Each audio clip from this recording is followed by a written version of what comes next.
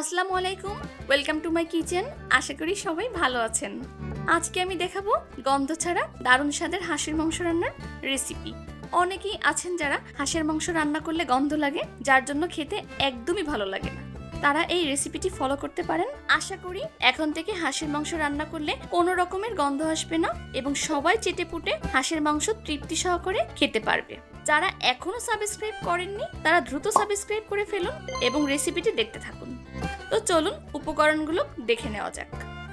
প্রধান উপকরণ হিসাবে অবশ্যই লাগবে হাঁসের মাংস। আমি এখানে 2 কেজির মতো মাংস নিয়েছি। চামড়া ছাড়িয়ে মাংসটা খুব ভালোভাবে ধুয়ে নিয়েছি।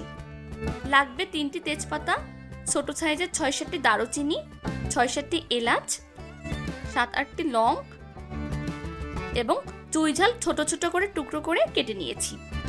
রসুন বাটা নিয়েছি 1/3 কাপ, আদা বাটা নিয়েছি 2.5 টেবিল চামচ, শুকনা মরিচ বাটা নিয়েছি 2.5 টেবিল চামচ, 1 টেবিল চামচ মতো নিয়েছি জিরা বাটা, 2 চা চামচ হলুদ গুঁড়া, লাগবে স্বাদ মতো লবণ, লাগবে 1 কাপ পেঁয়াজ কুচি, 1/2 কাপ সাদা তেল, 1/4 কাপ থেকে কিছুটা কম নিয়েছি সরিষার তেল।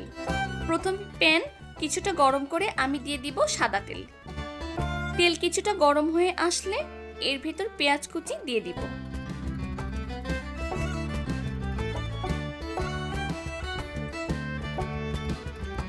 কিছুটা নাড়িয়ে এর ভেতর দারুচিনি, এলাচ, লং এবং তেজপাতা দিয়ে দিব। এরপর ভালোভাবে নেড়েচেড়ে দিব এবং পেঁয়াজ বাটা ব্রাউন কালার হয়ে আসা পর্যন্ত ওয়েট করব। পেঁয়াজে ব্রাউন কালার চলে আসলে এর ভেতর দিয়ে দিব রসুন বাটা। এরপর ভালোভাবে নেড়ে মিশিয়ে দিব। এখন দিয়ে দিব আদা বাটা এবং জিরা বাটা। সামান্য নাড়িয়ে ভালোভাবে মিশিয়ে দিব। এখন দিয়ে দিব শুকনো মরিচ বাটা। আবারও নাড়িয়ে দিব।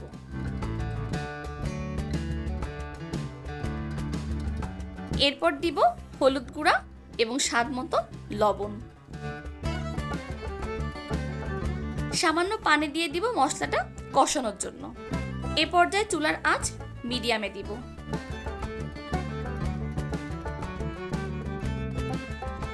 প্রথম পর্যায়ে মশলাটা কষানো হলে আমি আরো কিছুটা পানি অ্যাড করে আরো কিছুক্ষণ মশলাটা কষিয়ে নিব।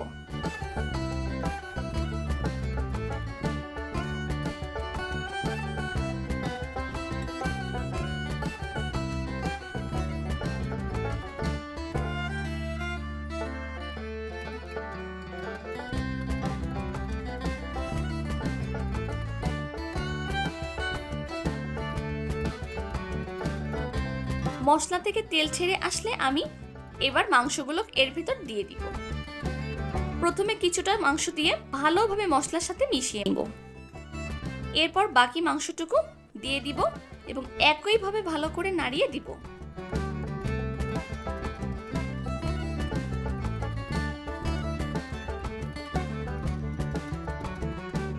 এখন বেশ কিছুক্ষণ সময় নিয়ে মাংসগুলো কষিয়ে নিব।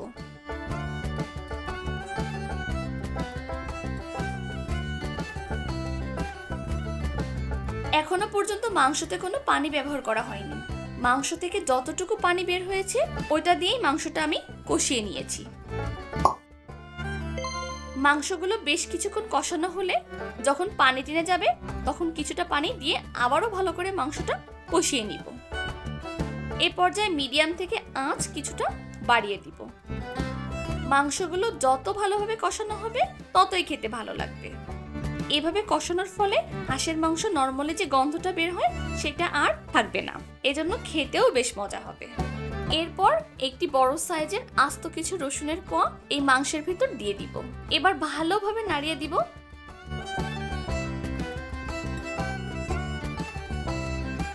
প্রথম থেকে এখন পর্যন্ত প্রায় 20 থেকে 25 মিনিট মতো কষানো হয়েছে। দেখতেই পাচ্ছেন মাংস থেকে তেল ছেড়ে দিয়েছে। এ পর্যায়ে আমি আরো খানিকটা পানি দিয়ে দিব।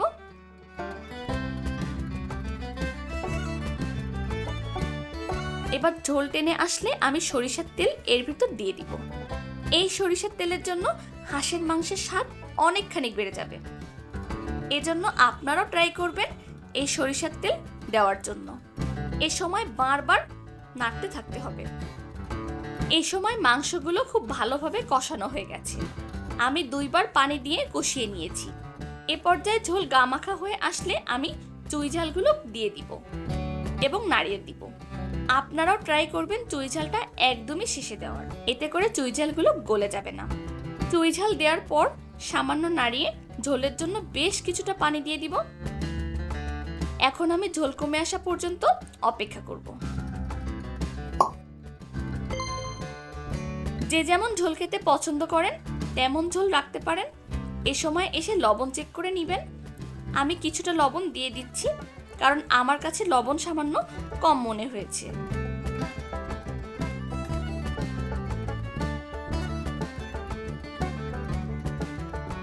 আমার মাংস রান্না হয়ে গেছে। এখন গ্যাস অফ করে দিব।